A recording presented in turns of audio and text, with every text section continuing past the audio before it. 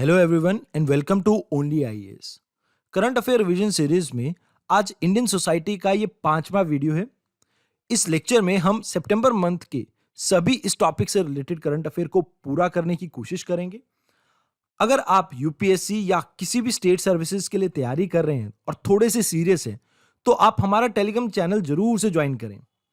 तो बिना किसी देरी के आइए शुरुआत करते हैं आज के इस लेक्चर की। इस सेशन का first important article special marriage act 1954 के बारे में है। सुप्रीम कोर्ट में एक्चुअली में भी हाल ही में एक प्ली डाली गई थी, एक पिटीशन डाली गई थी, जिसमें चैलेंज किया गया था स्पेशल मैरिज एक्ट ऑफ 1954 को और उसके प्रोविजंस को। उसमें एक प्रोविजन ये है कि अगर कोई ऐसा व्यक्ति है, एक ऐसा कपल है जो इंटरकास्ट या इंटर रिलीजियस मैरिज करना चाहता है, तो उन्हें मजिस्ट्रेट के ऑफिस में इस बात की जानकारी 1 महीने पहले यानी कि 30 दिन पहले देनी होगी। अब मामला केवल 30 दिन पहले जानकारी देने का नहीं है, उस जानकारी में उन्हें अपनी सारी डिटेल्स देनी होंगी और उन डिटेल्स को वहां ऑफिस में पब्लिश भी किया जाएगा। अब जब उन डिटेल्स को वहां पब्लिश कर दिया जाएगा तो किसी भी व्यक्ति को अगर उस डिटेल पर कोई ऑब्जेक्शन है तो उस ऑब्जेक्शन को रेज कर सकता है। अब इसके कई सारे डायमेंशंस हैं, हम उन डायमेंशंस को समझेंगे। बिफोर दैट आप समझिए कि स्पेशल मैरिज एक्ट ऑफ 1954 क्या है। ये कानून है जिसको पार्लियामेंट ने इनेक्ट किया ताकि इंटर रिलीजियस और इंटर कास्ट मैरिजेस जो इंडिया में होती हैं उनको रजिस्टर किया जा सके। अब देखिए, जो पर्सनल लॉज होते हैं जिनके जरिए मैरिजेस रजिस्टर की जाती हैं, अब उनमें तो एक व्यक्ति, अगर हिंदू पर्सनल लॉ है तो हिंदू जो हैं वही आपस में मैरिज कर सकते हैं, मुस्लिम पर्सनल लॉ है तो मुस्लिम से आपस में शादी कर सकते हैं, क्रिश्चियन पर्सनल लॉ है तो उनका मैकेनिज्म है।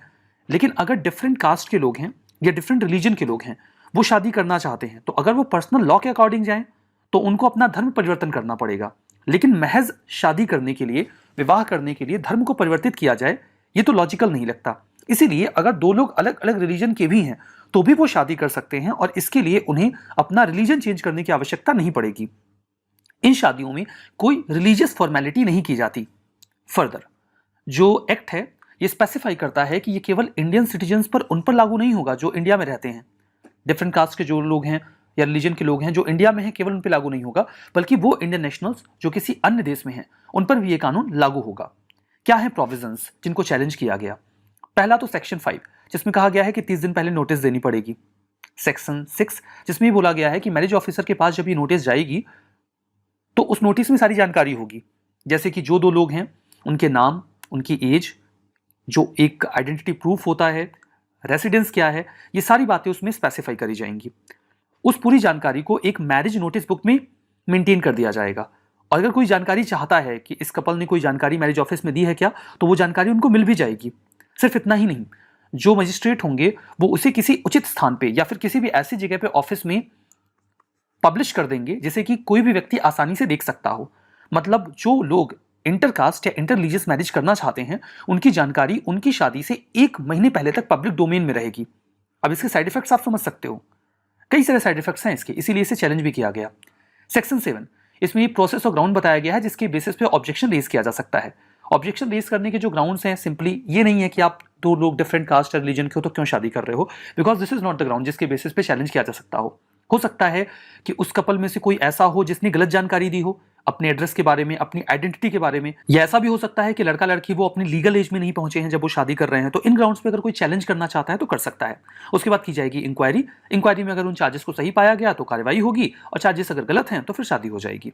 तो ये मैकेनिज्म है। अब चैलेंज क्या है? देखिए, चैलेंज ये है कि अगर आप किसी भी व्यक्ति की जानकारी को 1 महीने के लिए पब्लिक डोमेन में डाल देते हो जहां पर उनका एड्रेस, नाम और बाकी सारी आइडेंटिटी है, तो ये राइट टू प्राइवेसी के खिलाफ हो गया कि नहीं, जो आर्टिकल 21 में हम सभी लोगों को दिया गया है। तो 30 दिन पहले आप नोटिस देने को कह रहे हो और वो सारी जानकारी पब्लिक डोमेन में डाल दोगे जहां पे पब्लिक जो उनकी पर्सनल इंफॉर्मेशन है वो भी रहेगी, तो ये राइट टू प्राइवेसी के खिलाफ है। दूसरा आर्टिकल 14 का वायलेशन है। आर्टिकल 14 का भी वायलेशन है, आर्टिकल 15 का भी वायलेशन है। आर्टिकल 14 जो है वो इक्वलिटी बिफोर लॉ की बात करता है। आर्टिकल 15 कहता है कि 5 ग्राउंड पर डिस्क्रिमिनेशन नहीं होगा, that is religion, race, caste, sex and place of birth. लेकिन यहां पे डिस्क्रिमिनेशन हो रहा है क्योंकि जो पर्सनल लॉज हैं जहां पे एक ही रिलीजन, एक ही कास्ट के लोग शादी कर रहे हैं, वहां पर ऐसा 1 महीने पहले जानकारी देने का कोई प्रावधान नहीं है, लेकिन यहां पे है। अब देखिए, एक इसका जो एडिशनल साइड इफेक्ट होता है वो ये होता है कि कई बार जो इंटरकास्ट और इंटर रिलीजियस मैरिजेस होती हैं उसमें फैमिलीज होस्टाइल होती हैं और लोग ऐसी शादी चोरी चुपके जल्दीबाजी में करना चाहते हैं। आप 30 दिन का टाइम ड्यूरेशन ले रहे हो प्लस जानकारी पब्लिक डोमेन में ला दे रहे हो, तो जो लोग अपनी फैमिलीज से बच के ऐसी शादियां करना चाहते हैं वो नहीं कर सकते क्योंकि जानकारी पब्लिक डोमेन में आ जाएगी और 1 महीने का समय इनफ होता है कि उन्हें रोक दिया जाए। ये ऑनर किलिंग का भी मामला क्रिएट कर देता है कि फिर फैमिलीज हॉस्टाइल होंगी, वो हो सकता है लड़के या लड़की को जान से मार दें। ये तो एक ग्राउंड हो गया जहां पर फैमिलीज हॉस्टाइल हैं। कई बार ऐसे केसेस भी देखने को मिले हैं जहां पर फैमिलीज एग्रीड हैं इस शादी को लेकर, लेकिन ये जानकारी पब्लिक डोमेन में आ गई तो जो बाकी की कम्युनिटी के लोग हैं वो लोग इस शादी का विरोध करने लग जाते हैं, और जो फैमिलीज हैं उन्हें ही बहुत ज्यादा प्रेशर में डाल दिया जाता है कि आप ऐसी शादी जो मैरिजेस हैं उनको काउंटर करो। तो मैंने आपको 2 डायमेंशन बताए। फैमिली हॉस्टाइल है तब तो जान का खतरा होता है, फैमिली अगर मान भी गई है ना तो उसके बाद भी जो सोशल प्रेशर है वो क्रिएट हो जाता है, क्योंकि जानकारी 1 महीने पहले ही पब्लिक डोमेन में चली गई। इंडिया में अभी भी इंटरकास्ट और इंटर रिलीजियस मैरिजेस को एक्सेप्टेंस नहीं दी जाती सोशली। तो ये प्रॉब्लम्स हैं। ये तो लीगल प्रॉब्लम्स मैंने आपको बता दी कि आर्टिकल 15 का वायलेशन है, आर्टिकल 21 का वायलेशन है। इसके अलावा इसका जो एक प्रैक्टिकल डायमेंशन है मैंने आपको वो भी बता दिया। हमारा जो नेक्स्ट आर्टिकल है वो परख के बारे में है। अच्छा, चिड़िया और परख को लेकर आपने अक्सर कई सारी कहावतें सुनी होंगी कि मैं उड़ती चिड़िया को परख सकता हूं कि उसके कितने पंख हैं, या फिर मैं उड़ती चिड़िया को परख लेता हूं कि ये कहां डेरा डालेगी। अब परखने का मतलब क्या है? परखने का मतलब होता है समझ लेना, इवेलुएट कर लेना। परख है क्या? परख एक नया रेगुलेटर है। इसका फुल फॉर्म है performance assessment review and analysis of knowledge for holistic development. ये तो हो गया इसका फुल फॉर्म। इसे इसलिए बनाया जा रहा है ताकि ये वही काम कर सके जो अभी तक नेशनल अचीवमेंट सर्वे के द्वारा किया जाता रहा है या फिर स्टेट अचीवमेंट सर्वे के द्वारा किया जाता रहा है। अब भला ये दोनों एंटिटीज क्या काम किया करती थी जो अब परख करेगा? ये करते थे पीरियोडिक टेस्ट उन बच्चों के ऊपर जो स्कूल्स में पढ़ रहे हैं। 3rd, 5th या 8th क्लास के बच्चों में लैंग्वेज और न्यूमेरिकल नॉलेज उनकी अच्छी है कि नहीं है, उसे टेस्ट किया जाता था। उसके बेसिस पे जो लर्निंग आउटकम है उसको जज किया जाता था। वही काम करेगा परख। यहां पर इस बात पर फोकस किया जाएगा कि जो रॉट लर्निंग है वो ना होने पाए। रॉट लर्निंग का मतलब आप समझते हो, रेक्टाफिकेशन, चीजों को रट लेना बिना समझे। ज्यादातर इंफॉर्मेशन में एक व्हाई होता है, अगर आपको वो व्हाई पता हो तो आप बड़े आराम से उस चीज को दिमाग में रिटेन कर सकते हो। बजाय इसके बच्चे उसे बार बार रिपीटेटिव मैनर में रट लेते हैं। वो समझ नहीं पाते कि एक्चुअली में उसका मतलब क्या है, बस उस इंफॉर्मेशन को कैटर कर लेते हैं। कुछ बच्चे तो मैथमेटिक्स से इतना ज्यादा डरते हैं कि वो मैथमेटिक्स के जो क्वेश्चंस हैं उनको भी रट जाते हैं। आप में से कितने सारे ऐसे लोग हैं जिन्होंने डेरिवेशंस को भी रट लिया था क्योंकि उन्हें वो समझ में नहीं आ रहा था। इस प्रकार का जो मैकेनिज्म है उसे अवॉइड किया जाए, बच्चों की जो अंडरस्टैंडिंग है उस पर फोकस किया जाए। यही ऑब्जेक्टिव होगा परख का। नेशनल एजुकेशन पॉलिसी का भी यही ऑब्जेक्टिव है, उसे ही पूरा करेगा परख। ये तैयार करेंगे कुछ नॉर्म्स और स्टैंडर्ड्स और गाइडलाइंस जिनको इस्तेमाल किया जाए जब हम बच्चों की लर्निंग को इवेल्युएट कर रहे हों और 21st सेंचुरी में जो स्किल रिक्वायरमेंट है उनको पूरा किया जा सके। परख की जो टीम है इसमें होंगे लीडिंग असेसमेंट एक्सपर्ट्स, वो एक्सपर्ट्स जिनको अच्छी अंडरस्टैंडिंग होगी इंडिया के एजुकेशन सिस्टम की, जो इंडिया को इंटरनेशनल स्टैंडर्ड्स पर इवेल्युएट कर सकते हो। ये एक नेशनल सिंगल विंडो सोर्स की तरह काम करेगा जहां पर असेसमेंट रिलेटेड इंफॉर्मेशन और एक्सपर्टीज अवेलेबल होगी और सभी रूप में लर्निंग का असेसमेंट अच्छे से किया जा सकेगा। बाकी जो असेसमेंट सर्वे हैं जो अपना वो काम कर रहे हैं वो परख के नॉर्म्स के बेसिस पर अपना काम करेंगे। सिग्निफिकेंस ये है कि वो उन प्रॉब्लम्स को टैकल करेगा जो स्टूडेंट्स एक्चुअली फेस करते हैं। हमने देखा कि जो स्टेट बोर्ड के बच्चे हैं वो अक्सर सीबीएसई स्कूल के बच्चों से पिछड़ जाते हैं क्योंकि उनका लर्निंग आउटकम वीक होता है। अगर हम परख के हिसाब से असेसमेंट करके उसे सही कर पाएं तो उनका भी स्टैंडर्ड इनहेंस हो जाएगा। Technical standard for design, conduct, analysis and reporting, इसे डेवलप किया जा सकेगा स्कूल एजुकेशन में, तो ये फायदे होंगे। आर्टिकल है वो स्पार्क प्रोग्राम के बारे में है। आपको पता होगा एक स्पार्क के साथ एक इंजन स्टार्ट हो जाता है, मतलब वो स्टार्ट होता है आफ्टर द स्पार्क। तो स्पार्क प्रोग्राम के बाद भी कुछ स्टार्ट होने वाला है। हाल ही में central council for research in Ayurvedic sciences ने एक यूनिक इनिशिएटिव लिया है जिसके माध्यम से वो सपोर्ट करेंगे रिसर्च को। किसके लिए? यंग माइंड्स के लिए। वो बच्चे जो आयुर्वेद में अपनी पढ़ाई कर रहे हैं उनको इंसेंटिवाइज किया जाएगा कि वो रिसर्च वगैरह करें, कुछ नया खोजें और उसके लिए उन्हें असिस्टेंस मिलेगा। असिस्टेंस जिस इनिशिएटिव के तहत मिल रहा है that is named as SPARK, जिसका फुल फॉर्म है studentship program for Ayurveda research Ken. तो ये पूरा नाम है इसका। ये इनिशिएटिव है central council for research in Ayurvedic sciences का, यानी कि CCRAS का। स्पार्क का ऑब्जेक्टिव ये है कि जो अंडर ग्रेजुएट स्टूडेंट्स हैं, यानी कि जो लोग ग्रेजुएशन में हैं अपने किसी आयुर्वेदा कॉलेज में, उनको सपोर्ट किया जाए कि वो रिसर्च ओरिएंटेड काम करें। एप्लीकेशन कोई भी बच्चा ऑनलाइन डाल सकता है इसके लिए, एक पोर्टल का इस्तेमाल करके। फर्दर जो एमिनेंट एक्सपर्ट एंड रिव्यूअर हैं वो उसको इवेल्युएट करेंगे और अगर उनका जो प्रपोजल है जिसमें वो रिसर्च करना चाहते हैं वो सिलेक्ट हो जाता है तो उन्हें 50,000 रुपीज़ का फाइनेंशियल सपोर्ट दिया जाएगा ताकि वो रिसर्च कर सकें। सिग्निफिकेंस इससे ये होगा कि हमें आयुर्वेदा के फील्ड में कुछ मिलेंगे इनोवेटिव आइडियाज जिनका इस्तेमाल हम मेडिसिनल पर्पज से कर पाएंगे। जो साइंटिफिक रिसर्च है वो बढ़ेगी ट्रेडिशनल मेडिसिन में, जिसका फायदा सभी लोगों को होगा। बात करते हैं central council for research in Ayurvedic sciences के बारे में। ये एक ऑटोनोमस बॉडी है जो काम करती है मिनिस्ट्री ऑफ आयुष के एम्बिट में। इसका काम क्या है कि ये आयुर्वेदा या सोवा रिग्पा, जो हमारा ट्रेडिशनल सिस्टम है मेडिसिन का, उसको साइंटिफिक लाइंस पर लेकर आए। इनको लेकर रिसर्चेस की बहुत कमी है। कई सारी मेडिसिन ऐसी हैं जो बहुत अच्छा काम करती हैं, लेकिन लोग या तो उनको जानते नहीं या उनकी इफिशियंसी को लेकर डाउट्स रेज किए जाते हैं, इसीलिए उनका फ्रिक्वेंट इस्तेमाल नहीं होता। ऐसी मेडिसिन के लिए हम ऐसे रिसर्चेस करें कि जो साइंटिफिक मेडिसिन है, मॉडर्न मेडिसिन है, उनको उन्हीं की तरह इस्तेमाल किया जा सके।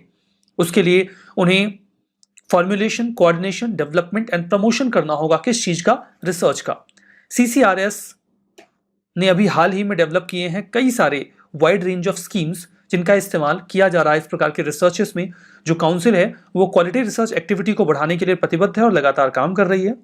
काउंसिल ने न केवल आयुष 64 को पॉपुलराइज किया, बल्कि उन्होंने लगभग 18 फॉर्मुलेशंस एंड टेक्नोलॉजीज तैयार की हैं जो इस दिशा में रिसर्च को बढ़ाती हैं।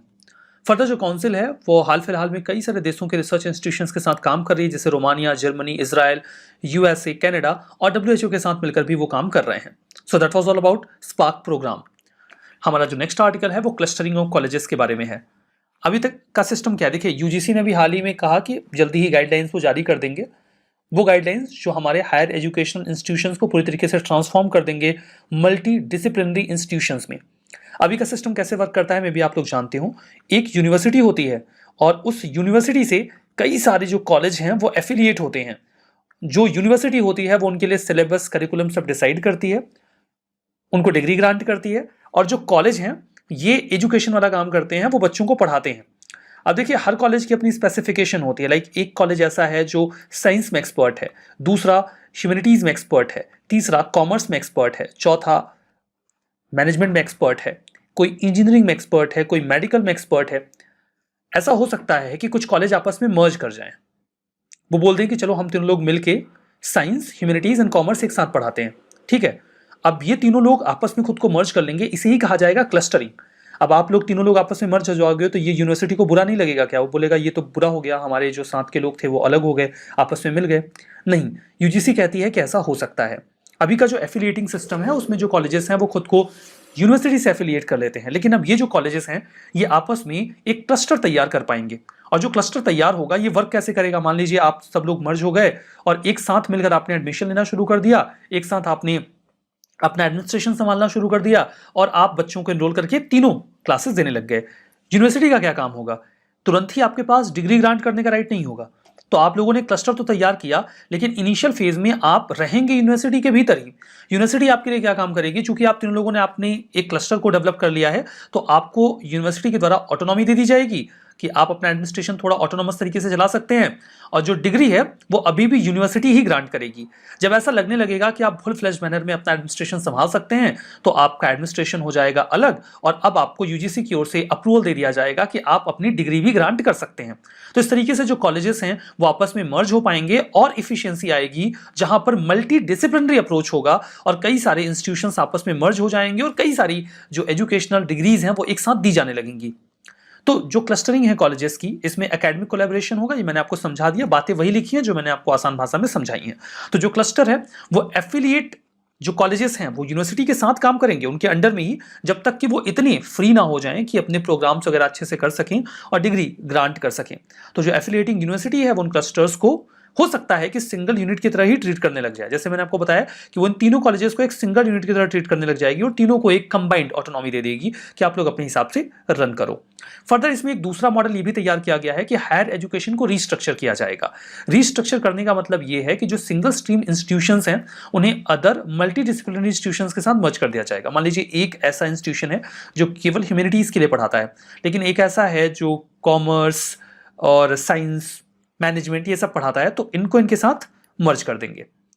लैंग्वेज, लिटरेचर, एक तो ये हो गया कि आप एक इंस्टीट्यूशन को मर्ज कर दो किसी दूसरे के साथ। दूसरा तो ये हो गया कि आप एक ही इंस्टीट्यूशन में कई सारे और डिसिप्लिन स्टार्ट करवा दो। Language, literature, music, Indology, sport, ये सारी चीजें आप स्टार्ट करवा दो। इसमें जो हायर एजुकेशन इंस्टीट्यूशंस हैं वो आपस में कोलैबोरेट भी कर सकते हैं और डुअल डिग्री दे सकते हैं। लाइक मान लीजिए कि ये जो इंस्टीट्यूशन है वो किसी एक पर्टिकुलर डिग्री को ग्रांट करता है, इन्होंने कोलैबोरेट कर लिया यहाँ पर इस इंस्टीट्यूशन के साथ। अब एक स्टूडेंट जो यहाँ पर एनरोल हो रहा है वो एक्चुअली में एजुकेशन इस इंस्टीट्यूशन से भी ले रहा है, तो उनको एक डिग्री तो इस कॉलेज की मिलेगी और दूसरी डिग्री उनको इस कॉलेज की भी मिल जाएगी, जबकि उन्होंने यहाँ पर एडमिशन नहीं लिया है। जस्ट बिकॉज जो कोर्स उनको ऑफर किया गया था वो दोनों कॉलेजेस मिलकर रन कर रहे थे, तो उनको डिग्री दोनों कॉलेजेस से मिल जाएगी या दोनों यूनिवर्सिटीज से मिल जाएगी, एक में बिना एनरोलमेंट लिए ही उनको डिग्री मिल जाएगी। So that is the mechanism of dual degree program. तो डुअल डिग्री में देखिए ये मैकेनिज्म ऑप्ट किया गया है। कैपेसिटी बिल्डिंग फैकल्टीज की जाएगी, इसके लिए कई सारे इनिशिएटिव्स हैं, that is Arpit annual refresher program in teaching, और इन्वेस्टमेंट किया जाएगा लर्निंग असेसमेंट टूल्स में ताकि अच्छे आउटकम्स निकल सकें। आर्टिकल पीएम श्री स्कूल्स के बारे में है। देखिए हर देश के लिए कुछ बहुत ही मॉडल स्कूल ज़रूरी होते हैं जिनको आप एक मार्क के तौर पे इस्तेमाल कर सकें कि ये एक लेवल होना चाहिए स्कूल का। बिल्कुल इसी उद्देश्य के साथ प्राइम मिनिस्टर ने अभी हाल ही में एक नया इनिशिएटिव अनाउंस किया है और नाम दिया गया है पीएम श्री स्कूल। इसका फुल फॉर्म है PM school for rising India. Centrally sponsored scheme है, मिनिस्ट्री ऑफ एजुकेशन के द्वारा लॉन्च की गई है। सेंट्रली स्पॉन्सर्ड होने का मतलब यह है कि राज्यों को अपना हिस्सा देना पड़ेगा। इसके माध्यम से 14,500 स्कूलों को या तो स्टैब्लिश किया जाएगा या फिर जो पहले से स्कूल्स बने हुए हैं उन्हें ही हम अपग्रेड कर देंगे और उन्हें हम पीएम श्री स्कूल्स में कन्वर्ट कर देंगे। ये schools central government, state government, UT की गवर्नमेंट या लोकल बॉडीज के हो सकते हैं जिनको उनके द्वारा मैनेज किया जा रहा हो, उन्हें पिक किया जा सकता है। तो या तो डेवलप करेंगे या अपग्रेड कर देंगे। कुल मिला के हमें 14,500 पीएम श्री स्कूल्स तैयार करने हैं। ठीक है, फीचर्स क्या होंगे? यहां पर होगा मॉडर्न, ट्रांसफॉर्मेशनल, होलिस्टिक मेथड से इंपार्ट किए जाने वाले एजुकेशन का मैकेनिज्म। मॉडर्न एजुकेशन ग्रांट की जाएगी, अच्छा इंफ्रा होगा, बढ़िया एजुकेशन, क्वालिटी एजुकेशन ग्रांट करने के सारे मसौदे तैयार किए जाएंगे। इंफ्रास्ट्रक्चर भी बढ़िया लेवल का बनाया जाएगा जिसमें लेटेस्ट टेक्नोलॉजी का इस्तेमाल किया जाएगा, स्मार्ट क्लासरूम्स होंगे, स्पोर्ट्स और बाकी चीज़ों पर भी ध्यान रखा जाएगा। ऐसा करते वक्त हम एनवायरमेंट को भूलेंगे नहीं, बल्कि हम इन्हें ग्रीन स्कूल्स के रूप में डेवलप करेंगे जहां पर मैकेनिज्म्स होंगे वाटर कंजर्वेशन के, वेस्ट रिसाइकलिंग के, एनर्जी इफिशिएंट इंफ्रा हम डेवलप करेंगे और जो ऑर्गेनिक लाइफस्टाइल है उसे भी करिकुलम का हिस्सा बनाएंगे। इसका मतलब ये है कि जो भी स्कूल्स तैयार किए जाएंगे ये नेशनल एजुकेशन पॉलिसी 2020 के जो कंपोनेंट्स हैं उनको दिखाने वाले होंगे और ये एग्जाम्पलरी स्कूल्स होंगे जो मेंटरशिप ऑफर करेंगे आसपास के जो स्कूल्स हैं उनको भी कि आपको इस लेवल पे पहुंचना है। सो that was all about PM Shri schools. हमारा नेक्स्ट आर्टिकल बी पाल के बारे में है। अभी हाल ही में एक बहुत ही बढ़िया डेवलपमेंट हुआ है। कई सारे लोगों को ट्यूबरकुलोसिस की प्रॉब्लम हो जाती है।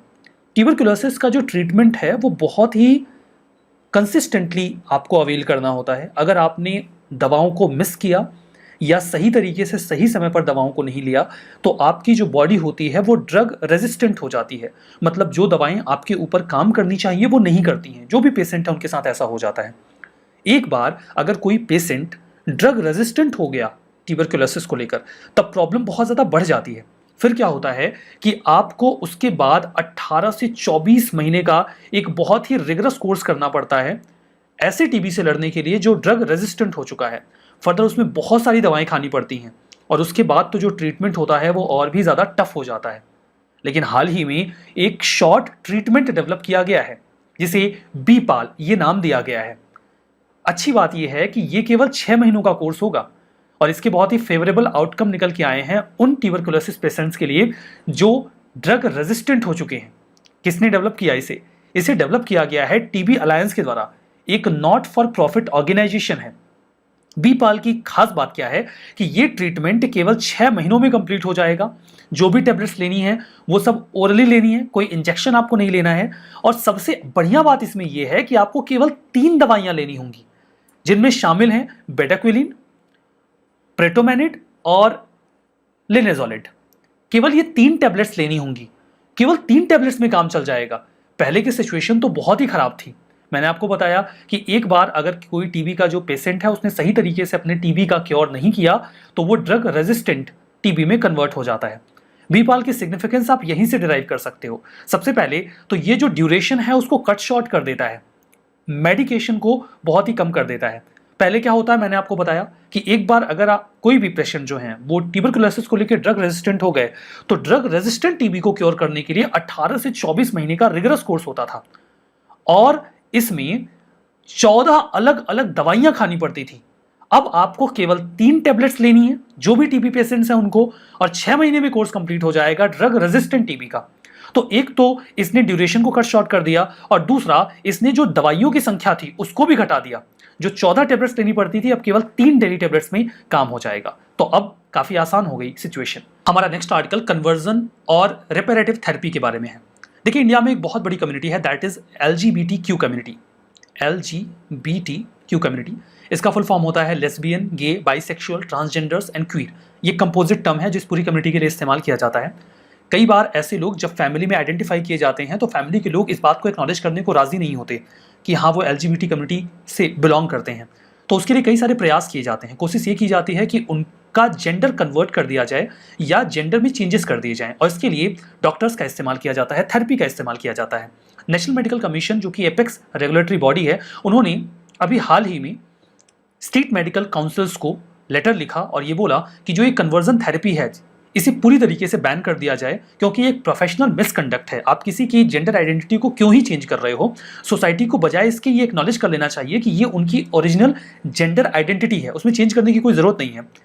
NMC बेसिकली, हम बात कर रहे हैं नेशनल मेडिकल कमीशन की, वो मद्रास हाई कोर्ट के डायरेक्टिव को फॉलो कर रहे हैं, जहां पर उन्होंने इसके पहले ये बोला था कि जो कन्वर्जन थेरेपी दी जाती है LGBTQ कम्युनिटी के लोगों को, ये Indian medical council professional conduct etiquette and ethics regulation 2002 के खिलाफ है। आपको ऐसी एक्टिविटी में शामिल नहीं होना चाहिए। कन्वर्जन या रेपरेटिव थेरेपी एक इंटरवेंशन होता है जिसके माध्यम से किसी भी इंडिविजुअल के सेक्सुअल ओरिएंटेशन को चेंज करने की कोशिश की जाती है, उनकी जेंडर आइडेंटिटी को बदलने की कोशिश की जाती है। मान लीजिए कोई LGBTQ कम्युनिटी का व्यक्ति है, वो लेस्बियन है, कोई गर्ल है, कोई वुमेन है, वो वुमेन के प्रति अट्रैक्टेड होती हैं, कोई मेल है, वो मेल के प्रति अट्रैक्टेड होते हैं, जिनको गे बोला जाता है। बाइसेक्सुअल्स होते हैं जो मेल फीमेल दोनों की ओर अट्रैक्टेड होते हैं, तो फिर वो अपने जेंडर ओरिएंटेशन को चेंज कर लेते हैं, ठीक है, बाय दिस थेरेपी। तो इसे रोकने की बात चल रही है।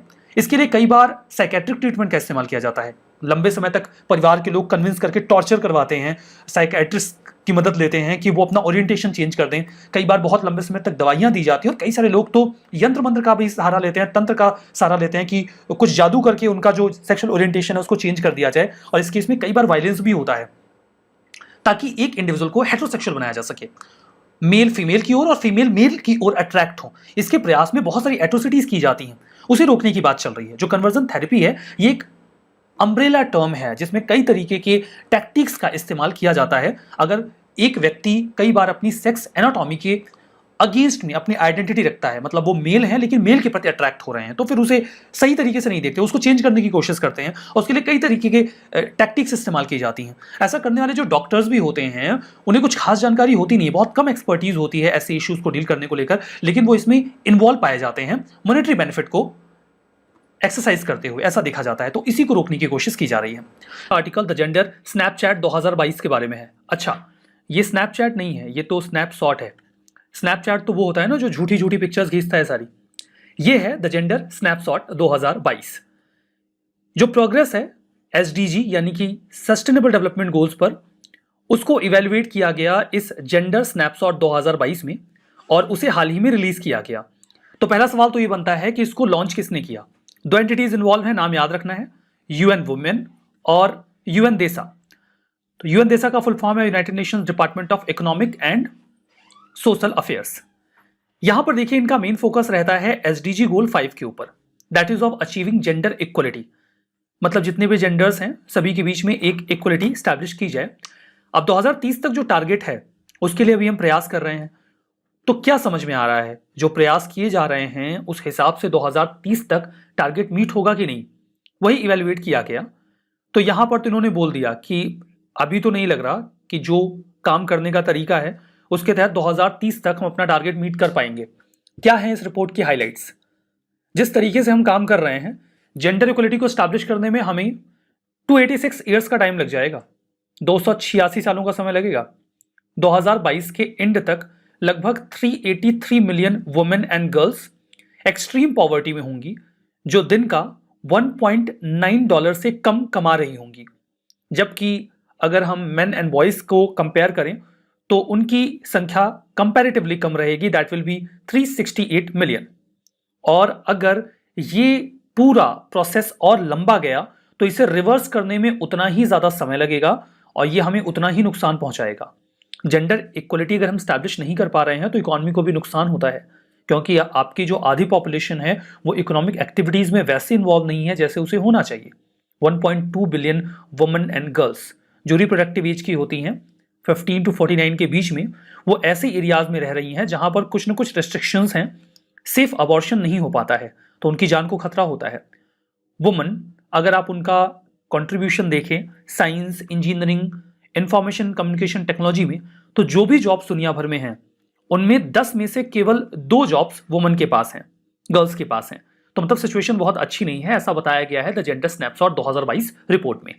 हमारा नेक्स्ट आर्टिकल प्रधानमंत्री गरीब कल्याण अन्न योजना के बारे में है। कई सारे राज्य कंसीडर कर रहे हैं कि इसे 30 सितंबर के बाद भी एक्सटेंड कर दिया जाएगा।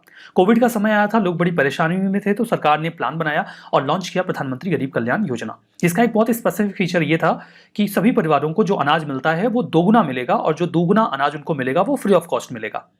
इनिशियली इसे 3 महीनों के लिए अनाउंस किया गया था, अप्रैल से जून 2020 के बीच में, कोविड के डिस्ट्रेस को हैंडल करने के लिए। हालांकि इसे समय समय पर बढ़ाया जाते रहा। इसमें 1.70 लाख करोड़ का पैसा खर्च करने का प्लान बनाया गया था और अभी इसे सितंबर 2022 तक के लिए एक्सटेंड किया जा चुका है। वही न्यूज़ है कि कई सारे राज्य कोशिश कर रहे हैं कि इसे और एक्सटेंड कर दिया जाए। पर्पस यही था कि जो गरीब लोग हैं उनके हाथों में कुछ पैसा रहे, खाना रहे, जो कोविड की डिफिकल्टीज हैं वो उनके लिए थोड़ी कम हो जाए। जब इसे लॉन्च किया गया था तो क्या बेनिफिट्स ऑफर किए गए थे, मैं तब की बात बता रहा हूँ। 50 लाख का इंश्योरेंस कवर दिया गया था उन सभी हेल्थ वर्कर्स को जो कोविड-19 के लिए लड़ रहे थे। 80 करोड़ जो गरीब लोग हैं उनको 5 kg राइस या वीट और 1 kg प्रेफर्ड पल्स यानी कि दाल फ्री दिया जाएगा 3 महीनों के लिए। बाद में इसे बढ़ाया गया। जो लोग हिस्सा हैं टारगेटेड पब्लिक डिस्ट्रीब्यूशन सिस्टम यानी कि TPDS, अंत्योदय अन्न योजना और जो प्रायोरिटी हाउस होल्ड हैं PHH राशन कार्ड होल्डर्स, इन सभी लोगों को इसमें कवर कर लिया गया। 20 करोड़ वो महिलाएं जिनके पास है जन धन अकाउंट, उन्हें 500 रुपए पर मंथ देने की बात भी की गई थी 3 महीनों के लिए। तो ये तो कुछ कंपोनेंट्स रहे प्रधानमंत्री गरीब कल्याण अन्न योजना के। हमारा next article Ramakrishna mission awakening program के बारे में है। हाल ही में union minister for education and skill development ने और एंटरप्रेन्योरशिप ने, जो कि श्री धर्मेंद्र प्रधान जी हैं, उन्होंने रामकृष्ण मिशन अवेकनिंग प्रोग्राम को लॉन्च किया है। ये प्रोग्राम क्लास 1st से लेकर 5th के स्टूडेंट्स के लिए है। ये जो इनिशिएटिव है ये किस लिए है समझिए। इस इनिशिएटिव के माध्यम से बच्चों की पर्सनैलिटी को डेवलप करने का प्रयास किया जाएगा और ये जो पर्सनैलिटी डेवलपमेंट का काम होगा ये नेशनल एजुकेशन पॉलिसी 2020 की तर्ज पर होगा। टारगेट स्टूडेंट्स हैं class 1st to 5th। Background समझिए। रामकृष्ण मिशन की जो दिल्ली ब्रांच है उसने 2014 से ही इस प्रोग्राम को शुरू कर दिया था। हालांकि जब उन्होंने ये प्रोग्राम शुरू किया था तो ये मिडिल स्कूल के स्टूडेंट्स के लिए था। उनका फंडामेंटल ऑब्जेक्टिव था कि बच्चों में आत्मश्रद्धा को बढ़ावा दिया जाए, सेल्फ स्टीम, वो कॉन्फिडेंट बने और अपनी लाइफ में अच्छे डिसीजंस ले सकें। लेटर ऑन इस प्रोग्राम को 126 स्कूलों में पायलट बेसिस पर लॉन्च किया गया स्कूल्स में, जिसके बहुत पॉजिटिव और अच्छे रिजल्ट्स भी रहे। तो ये प्लान किया जा रहा है कि अब इसे पैन इंडिया लेवल पे इंप्लीमेंट कर दिया जाएगा। सिग्निफिकेंस की बात करते हैं तो ये लेकर आएगा एक सोशल ट्रांसफॉर्मेशन, जहां पे ये समझा जाएगा कि जो एजुकेशन है उसका फंडामेंटल ऑब्जेक्टिव सोशल ट्रांसफॉर्मेशन ही है। फर्दर इस चीज पर भी फोकस किया जाएगा कि जो मटेरियल वेल्थ है, लोग पैसे कमाना या फिर पैसों के चक्कर में बहुत ज्यादा पड़ते हैं, लेकिन उसके बाद भी उन्हें अधूरापन महसूस होता है और वो जीवन में ऐसा महसूस करते हैं कि उन्हें जो मिलना चाहिए वो नहीं मिल रहा। इसके लिए जरूरी है कि वो इस बात को समझें कि वैल्यू और विजडम ये सबसे इंपॉर्टेंट चीजें हैं, ना कि मटेरियल वेल्थ। इन वैल्यूज को इनकलकेट किया जाएगा बच्चों में। बात करते हैं रामकृष्ण मिशन के बारे में। रामकृष्ण मिशन, आप इसके बारे में नोन होंगे, बहुत ही फेमस संस्था है। मॉडर्न इंडिया में आप इसके बारे में विस्तार से पढ़ते भी हैं। ये बहुत ही एक्सटेंसिव एजुकेशनल और फिलैंथ्रोपिक वर्क के लिए जाना जाता है। दुनिया भर में इनके ब्रांचेस हैं। ये अद्वैत वेदांता की फिलॉसफी को प्रोपेगेट करते हैं। विवेकानंद जी के द्वारा इसको फाउंड किया गया था 1897 में, जब वो वेदांता की टीचिंग को शिकागो में, हमें पता है शिकागो का जो सम्मेलन हुआ था 1893 में, उसके बाद लौटते हैं तो वो इंडिया में अपनी टीचिंग्स को स्प्रेड करने के लिए रामकृष्ण मिशन को स्टैब्लिश करते हैं। इसके 2 फंडामेंटल ऑब्जेक्टिव थे। पहला तो ये था कि जो वेदांता की टीचिंग उनके गुरु ने लोगों तक पहुंचाने का प्रयास किया, रामकृष्ण परमहंस जी ने, वो उसे लोगों तक पहुंचाए। और दूसरा कि लोगों की सोशल कंडीशन को इंप्रूव किया जाए। यहां पर देखिए, इस ऑर्गेनाइजेशन को जैसे बिल्ड किया गया विवेकानंद जी के द्वारा, इसकी शुरुआत एक्चुअली में रामकृष्ण परमहंस जी ने ही कर दी थी। बंगाल के सेंट हुआ करते थे। उन्हें मॉडर्न एज का प्रॉफिट भी कहा जाता है और उन्हीं के शिष्य थे स्वामी विवेकानंद जी। तो ये आर्टिकल तो आपने समझ लिया। हमारा नेक्स्ट आर्टिकल कॉग्निटिव डिसोनेंस के बारे में है। ये टर्म हाल फिलहाल में बहुत ज़्यादा न्यूज़ में है। आपको पता होगा कि जीएस पेपर 4 आपका एथिक्स और इंटीग्रिटी का है, जो कि काफ़ी ज़्यादा इंपॉर्टेंट होता है। वहाँ पर ये आपका जो कॉन्सेप्ट है कॉग्निटिव डिसोनेंस का, that is very important for you. क्या है ये? सबसे पहले तो ये समझ लीजिए कि जो कॉग्निटिव डिसोनेंस की थियरी है, ये काफ़ी इन्फ्लुएंशियल थियरी रही है सोशल साइकोलॉजी में। इसे for the first time propose किया गया लियोन फिस्टिंजर के द्वारा। उनकी एक किताब रही a theory of cognitive dissonance, जो उन्होंने 1957 में पब्लिश की थी। वहां पर इन्होंने इसके बारे में बताया। कॉग्निशन का मतलब ये होता है कि क्या इंफॉर्मेशन आपके पास है, और डिसोनेंस का मतलब होता है विरोधाभास। कई बार ऐसा होता है कि आप सोचते कुछ और हैं, लेकिन आपका बिहेवियर कुछ और हो जाता है, और इसके पीछे कई सारे कारण होते हैं। तो कॉग्निटिव डिसोनेंस फंडामेंटली क्या है? ये एक इनकंसिस्टेंसी है आपके थॉट के बीच में और आपके बिहेवियर के बीच में। इसकी वजह से जो थॉट और बिहेवियर के बीच का डिफरेंस है, इसकी वजह से आप एक अनकंफर्टेबल साइकोलॉजिकल सिचुएशन में पहुंच जाते हैं, एक इमोशनल टेंशन के सिचुएशन में पहुंच जाते हैं, जिसे कहा जाता है कॉग्निटिव डिसोनेंस। अगर आपको अभी भी नहीं समझ में आया तो चलिए मैं आपको एक एग्जांपल दे देता हूं। एग्जांपल ये है कि आपके परिवार में अक्सर आपको सिखाया जाता है कि आपको महिलाओं की, वुमेन की रेस्पेक्ट करनी चाहिए, इज्जत करनी चाहिए। सिमिलरली आप बॉलीवुड की मूवीज देखते हैं, कई सारे एडवर्टीजमेंट देखते हैं जहां पर वुमेन को ऑब्जेक्टिफाई किया जाता है, एक ऑब्जेक्ट की तरह आपके सामने परोसा जाता है। अब आपके मन में एक दुविधा उत्पन्न हो जाती है कि क्या करना है, महिलाओं को रेस्पेक्ट करना है अथवा नहीं करना है, क्योंकि आपका वैल्यू सिस्टम कहता है कि रेस्पेक्ट करना है, लेकिन जो आप देख रहे हैं उसके अकॉर्डिंग ऐसा लगता है कि नहीं करना है। तो ये डिसोनेंस की सिचुएशन क्रिएट होती है। दूसरा, आपसे कहा जाता है कि tobacco causes to cancer, tobacco से कैंसर होता है।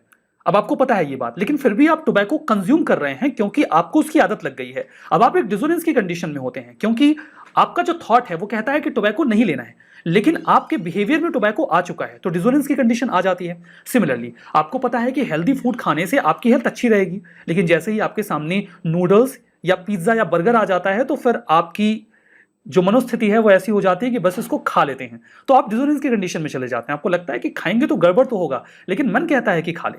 तो जो विरोधाभास की सिचुएशन है, इसे ही कहा जाता है कॉग्निटिव डिसोनेंस। अब कॉग्निटिव डिसोनेंस में होता क्या है कि आप अपने बिलीफ को रैशनलाइज करने का प्रयास करते हैं। फंडामेंटली ये बिलीफ किसी भी एरेना में हो सकता है, किसी रिलीजन, कल्ट, पॉलिटिकल पार्टी, किसी की और भी हो सकता है जिसकी ओर आपने कोई एक बिलीफ डेवलप करके रखा हो। ये एग्जांपल्स यहां पर दिए गए हैं जो मैंने आपको बता दिया। एक एग्जांपल यहां पर और भी है कि एक आईपीएस ऑफिसर नॉन वायलेंस में बिलीव रखता है, लेकिन कहीं पे प्रोटेस्ट चल रहा है तो उसे जरूरत पड़ जाती है कि वो लाठी चार्ज करे, और यहाँ पे कॉग्निटिव डिसोनेंस की सिचुएशन बन जाती है उसके लिए कि क्या करे। लाठी चार्ज करना जरूरी है, लेकिन उसकी वैल्यूज उसको रोक रही हैं, उसे डिसीजन लेना पड़ता है। अब जब कॉग्निटिव डिसोनेंस की कंडीशन आ जाती है तो उसे रिजॉल्व कैसे करते हैं, आप इस डिसोनेंस की सिचुएशन से निकलते कैसे हैं।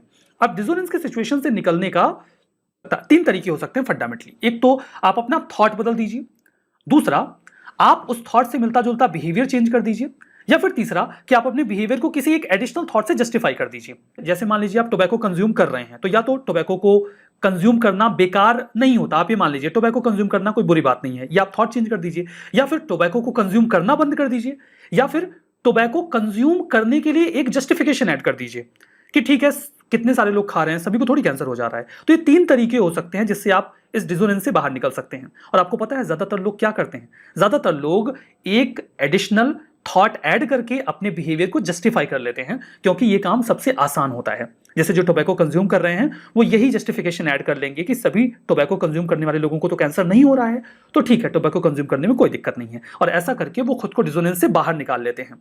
आपको डिसाइड करना होता है कि आपको अपने डिसोनेंस से कैसे बाहर निकलना है, थॉट बदलना है, बिहेवियर बदलना है, या फिर उसे जस्टिफाई करना है। ठीक है, तो ये तो मामला रहा कॉग्निटिव डिसोनेंस का। चलिए हमारा next article national assessment and accreditation council के बारे में है। असेसमेंट का मतलब होता है मूल्यांकन करना, और एक्रेडिटेशन का मतलब होता है मान्यता देना। कुल मिला के मैंने आपको हिंदी बताई ताकि आप समझ जाओ।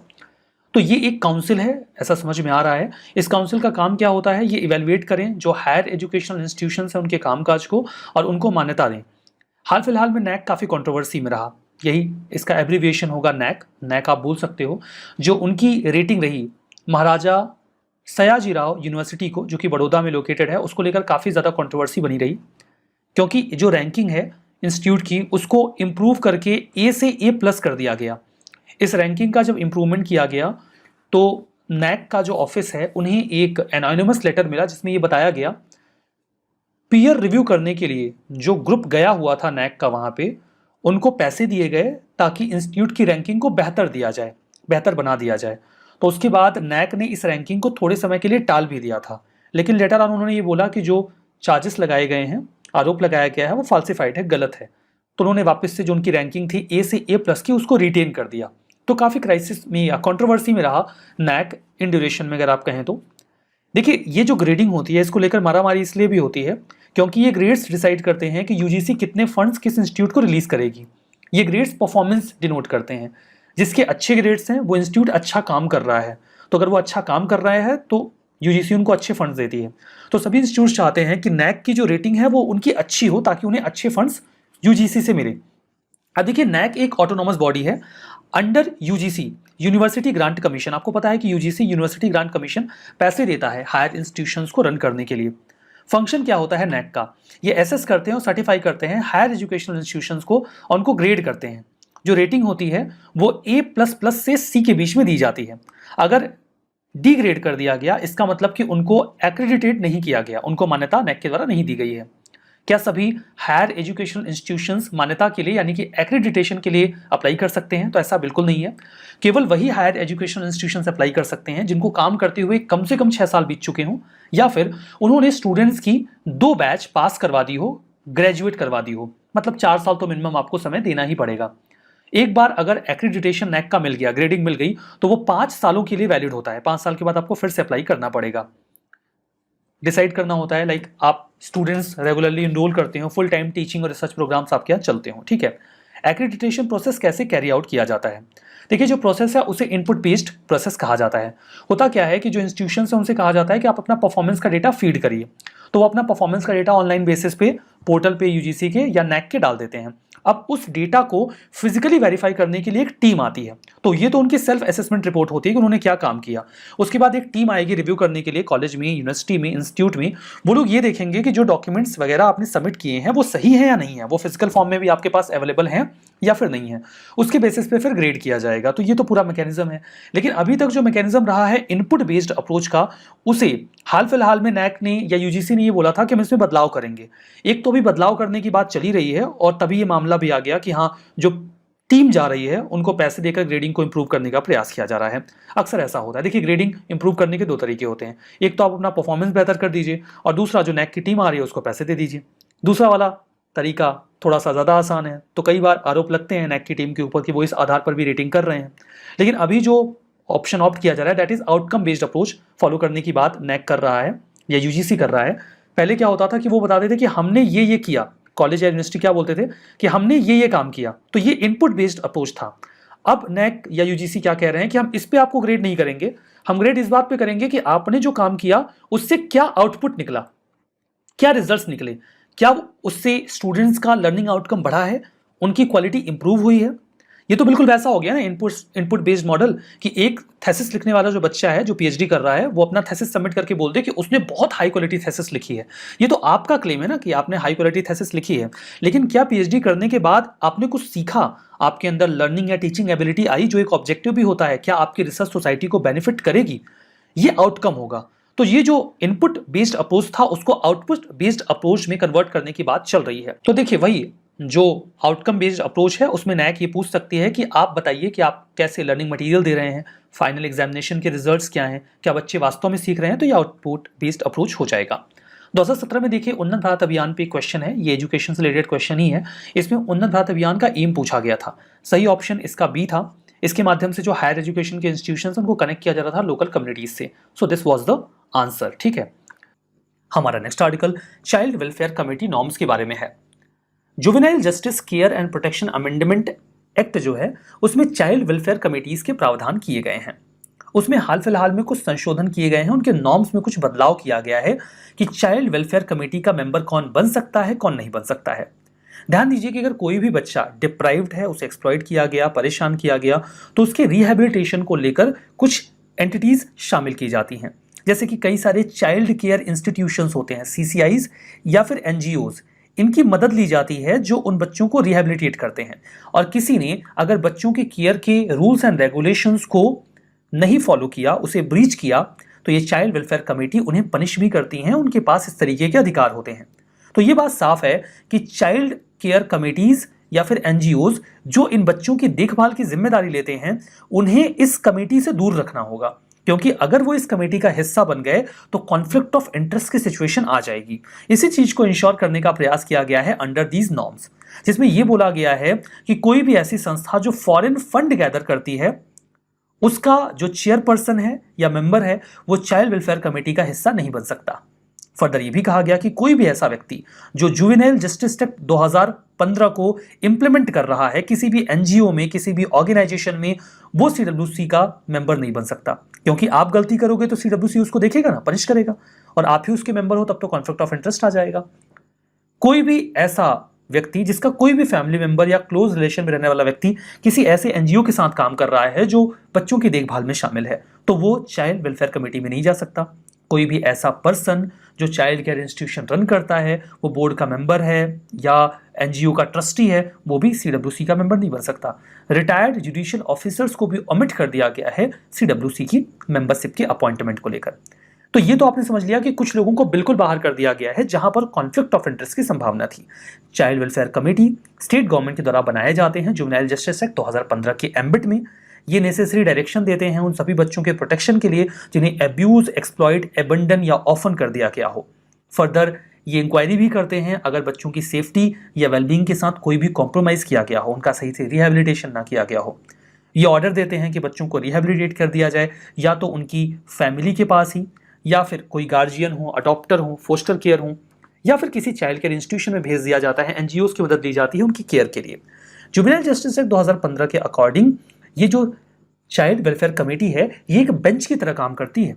इनके पास कोड ऑफ क्रिमिनल प्रोसीजर 1973 के एम्बिट में अधिकार बिल्कुल वैसे ही होते हैं जो मेट्रोपॉलिटन मजिस्ट्रेट या judicial magistrate of first class के पास होते हैं। हालांकि एक्सपर्ट इस चीज को इस आधार पर क्रिटिसाइज कर रहे हैं, फिर तो ये चाइल्ड वेलफेयर कमेटी के मेंबर्स के लिए हमारे पास कम ऑप्शंस बचेंगे। Article India hypertension control initiative के बारे में है। हाइपरटेंशन का मतलब होता है ब्लड प्रेशर का बढ़ जाना। बहुत ही आम है, आप सभी इसके बारे में सुनते और जानते रहते हैं। इंडिया को अभी हाल फिलहाल में 2022 UN inter agency task force और WHO स्पेशल प्रोग्राम जो प्राइमरी हेल्थ केयर अवार्ड है वो ग्रांट किया गया है। ये जो अवार्ड मिला है वो इंडिया के हाइपरटेंशन कंट्रोल इनिशिएटिव के लिए दिया गया है, बिकॉज इंडिया ने जो हाई ब्लड प्रेशर है उसे कंट्रोल करने के लिए अंडर दिस इनिशिएटिव काफ़ी अच्छा काम किया। तो बात करते हैं इस इनिशिएटिव के बारे में। इसे लॉन्च किया गया था 2017 में। ये कोलैबोरेटिव इनिशिएटिव है। कोलैबोरेटिव इनिशिएटिव का मतलब यह है कि इसमें एक से ज़्यादा एंटिटीज इन्वॉल्व होंगी। तो कौन कौन इन्वॉल्व है जानिए। Ministry of health, Indian council of medical research ICMR, state governments, राज्यों की सरकारें, और वर्ल्ड हेल्थ ऑर्गेनाइजेशन WHO भी इसमें शामिल रहा। एम क्या है? एक बढ़िया सा टारगेट या गोल इसमें बनाया गया है, दैट इज 2025 तक जो हाई ब्लड प्रेशर है उसमें हम 25% की कमी लेकर आएंगे। मतलब जो भी लोग इससे प्रभावित होते हैं उनकी संख्या को 25% तक कम किया जाएगा। नोडल मिशन जो है IHCI का, ये फंडामेंटली यही है कि हमें हाइपरटेंशन की जो एक्टिविटी है या जो इशू है उसमें इंटरवेंशन दिखाना है नेशनल हेल्थ मिशन के एम्बिट में। हम इसमें करते क्या हैं, क्या स्ट्रेटजीज ऑप्ट की गई हैं अंडर दिस इनिशिएटिव। सबसे पहले तो ड्रग डोज स्पेसिफिक स्टैंडर्ड तैयार करके एक ट्रीटमेंट प्रोटोकॉल डिसाइड किया गया है जो भी लोग हाइपरटेंशन से प्रभावित हैं उनके लिए।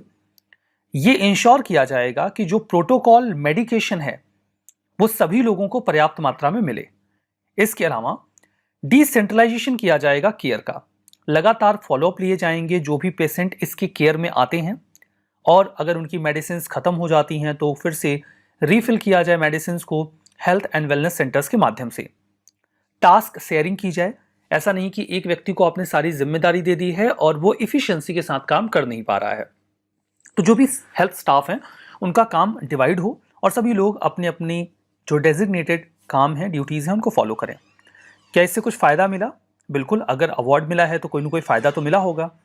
जिन भी लोगों को ट्रीट किया गया, लिया गया था कि हाँ आप लोगों को ट्रीट किया जाएगा अंडर दिस इनिशिएटिव, उनमें से लगभग आधे लोगों को ब्लड प्रेशर में कंट्रोल मिला है, मतलब कि राहत मिली है। तो मतलब इसका फ़ायदा भी हुआ है। हमारा नेक्स्ट आर्टिकल ऑपरेशन मेघ चक्र के बारे में है। हाल ही में सीबीआई ने इन्वेस्टिगेशन कंडक्ट किया है। ऑपरेशन का कोड नेम है मेघ चक्र। ऑपरेशन मेघ चक्र पैन इंडिया लेवल की ड्राइव है जहां पर सेक्सुअल अब्यूज मटेरियल जो बच्चों से रिलेटेड है, अगर वो शेयर और सर्कुलेट हो रहा है ऑनलाइन मोड में तो उसको चेक किया जाएगा। ऑपरेशन को इस लिहाज से शुरू किया गया क्योंकि इंटरपोल का जो सिंगापुर स्पेशल यूनिट है उसने इन्फॉर्म किया था कि child sexual abuse material digital domain में सर्कुलेट किया जाता है इंडिया में और ये सही नहीं है। सीबीआई ने ऐसी ही एक्सरसाइज जो है वो ऑपरेशन कार्बन के नाम से शुरू की थी 2021 में, जो 13 स्टेट्स और एक यूटी में लॉन्च की गई थी। कुछ और भी स्टेप्स लिए गए हैं सीबीआई के द्वारा चाइल्ड सेक्सुअल अब्यूज को रोकने के लिए। सीबीआई लगातार एक उन्होंने स्पेशल यूनिट बनाई थी 2019 में, online child sexual abuse and exploitation prevention investigation. 2019 में इसको बनाया गया था ताकि जो ऑनलाइन कंटेंट है उसे चेक किया जाए जो बच्चों से संबंधित है, जिसे सर्कुलेट या यूज किया जाता रहता है। ठीक है, अब यहां पर देखिए इसके अतिरिक्त वहां पे जो OCSAE 2019 में बना था, ये ऑनलाइन चाइल्ड सेक्सुअल अब्यूज और एक्सप्लॉयटेशन के जो मटेरियल्स हैं उनको इन्वेस्टिगेट करता है, मामलों को इन्वेस्टिगेट करता है, इन्वेस्टिगेटिव इंफॉर्मेशन को कलेक्ट करके देखता है कि कौन कौन इसमें इन्वॉल्व है, उन्हें कैच किया जाता है और पनिश किया जाता है। जो अगला आर्टिकल है वो संबंधित है वॉश से। वॉश का मीनिंग 3 चीजों से मिलकर बना है। एक हो गया वाटर, दूसरा हो जाता है हमारा सैनिटेशन और तीसरा हो जाता है हाइजीन। देखिए, जब हम बात करते हैं ह्यूमन हेल्थ की या इन जनरल अगर हम हेल्थ की बात करें ना, तो सिर्फ ऐसा नहीं है कि सिर्फ आपको कोई बीमारी नहीं है, अगर आप किसी डिजीज से नहीं ग्रसित हो तो आप हेल्दी हो, नहीं। यहाँ पर हम बहुत सारी होलिस्टिक चीज़ों को देखने की कोशिश करते हैं। किस तरह की सर्विसेज आपको प्रोवाइड करी जा रही हैं, वाटर कैसा है, सैनिटेशन कैसा है, हाइजीन कैसा है, तो इस तरह से बहुत सारी चीज़ें यहाँ पे कवर करी जाती हैं। और जब मैं बात करता हूँ वॉश की, तो देखिए अभी क्या हुआ है, वाटर सैनिटेशन हाइजीन या फिर वॉश के कॉरस्पॉन्डिंग एक रिपोर्ट आई है। किसके द्वारा निकाली गई है? ये निकाली गई है वर्ल्ड हेल्थ ऑर्गेनाइजेशन और साथ ही साथ यूनिसेफ यानी कि यूनाइटेड नेशन चिल्ड्रन फंड के द्वारा। तो इन दोनों ने मिलकर ना एक रिपोर्ट निकाली है। तो इस रिपोर्ट के अंदर क्या है कि किस तरह से हमारी सर्विसेज कैसी चल रही हैं, 2021 के कॉरस्पॉन्डिंग कैसी थी, क्या इंप्रूवमेंट आई है, तो ये सारी चीजें यहाँ पे हमें देखने को मिलती हैं। साथ ही साथ जो वर्ल्ड भर में हमें अलग अलग तरह की इन्फेक्शंस देखने को मिल रही है, उनको कंट्रोल करने के लिए, उनको प्रिवेंट करने के लिए हमने क्या क्या स्टेप्स लिए हैं, यहाँ पर ये डिस्कशन है। इसी रिपोर्ट के अंदर आपको ये चीज भी मिल जाएगी कि देखिए, दुनिया की जो आधी फैसिलिटीज है ना, वर्ल्ड की जो भी हेल्थ केयर फैसिलिटीज हैं, वहां पर बेसिक हाइजीन सर्विसेज नहीं है। देखा था ना एच का मीनिंग क्या था? एच का मीनिंग हाइजीन ही तो था, ठीक है ना। तो इस वजह से क्या है, नियरली आधे लोग, 400 करोड़ के आसपास लोग रिस्क पे देखने को मिल जाएंगे। तो हमें जरूरत क्या है, जो इन्फेक्शन है उसको प्रिवेंट करने की, उसको कंट्रोल करने की। और इसका इम्पैक्ट ना हमारे जो प्रेग्नेंट मदर्स होती हैं, न्यू बॉर्न चिल्ड्रन हेल्थ, इनके ऊपर सबसे ज्यादा होता है। देखिए, आप लोगों ने कभी हॉस्पिटल गए होंगे तो आपने देखा भी होगा कि हॉस्पिटल इंड्यूस्ड इन्फेक्शंस, ठीक है, जो हॉस्पिटल से आपको इन्फेक्शन होती है बहुत सारी होती हैं। जो प्रेग्नेंट महिलाएं होंगी, बच्चे होंगे, इनके कॉरस्पॉन्डिंग ज्यादा चांसेस रहते हैं कि इनको इन्फेक्शन हो जाए। तो अगर हमारे यहाँ वॉश फैसिलिटीज अच्छी होंगी तो ये सारी चीजों को हम ठीक कर सकते हैं, राइट। एंड साथ ही साथ जो एक बात WHO करता है एंटीबायोटिक रेजिस्टेंस की, ठीक है ना, हम इतने ज्यादा एंटीबायोटिक्स खाते हैं कि कॉरस्पॉन्डिंग अब जो अलग अलग तरह के बैक्टीरिया हैं वो रेजिस्टेंट हो चुके हैं। या फिर हम कई बार ऐसा करते हैं कि डॉक्टर की सलाह के बिना ही अपनी मनमर्जी से एंटीबायोटिक ले लेते हैं, वो चीज भी गलत है। तो यही WHO बात कर रहा है कि इस चीजों को रोकने के लिए हमें ये सारी फैसिलिटीज को और इम्प्रूव करने की जरूरत है, ताकि हेल्थ केयर फैसिलिटीज के अंदर हम और अच्छी प्रोग्रेस को कर पाए।